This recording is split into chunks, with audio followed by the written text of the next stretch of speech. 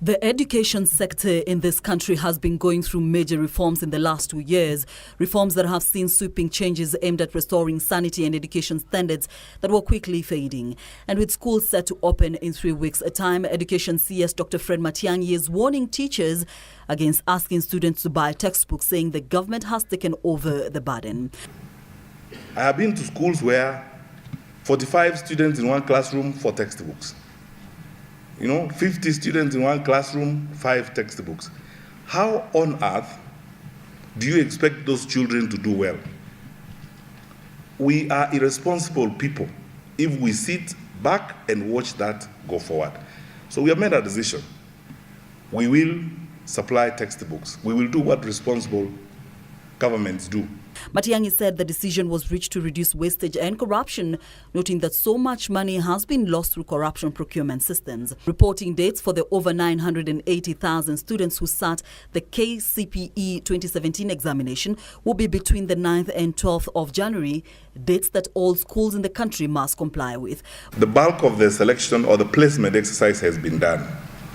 Beginning today, the team is going to be working with the rest of the structures in the education sector to ensure that every one of our children, 993,000 of them, or almost 1 million, are placed in school.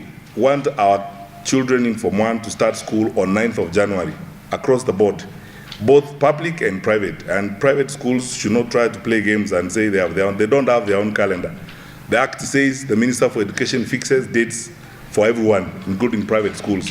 So they have to do what they do so that our children are in school from 9th.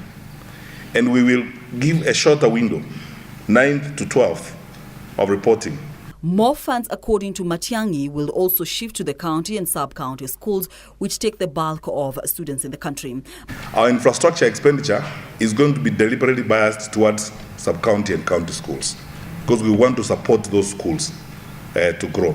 I am requesting, and you good people who are here will assist us, in looking at some of your competent, well-performing teachers, including some of your deputies from some of your great schools.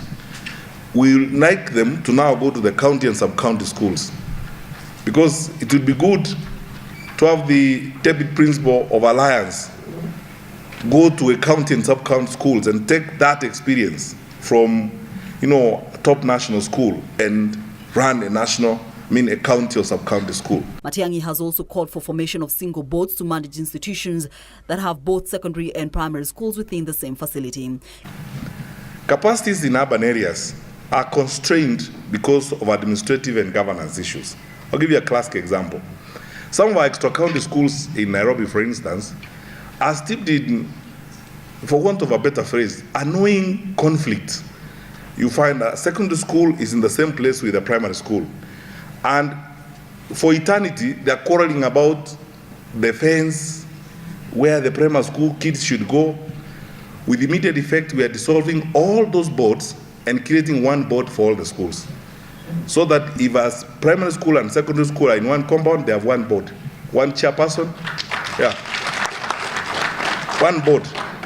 And we have agreed with TSC, they will appoint one principal with 2 deputies, the deputy for primary and the deputy for secondary. Capitation per student has also been increased from January as the government moves to implement the free secondary education. The government will also introduce national school day scholar programs in selected schools. Those who scored over 400 marks can SMS their index number to 20042 to know the school they have been placed in.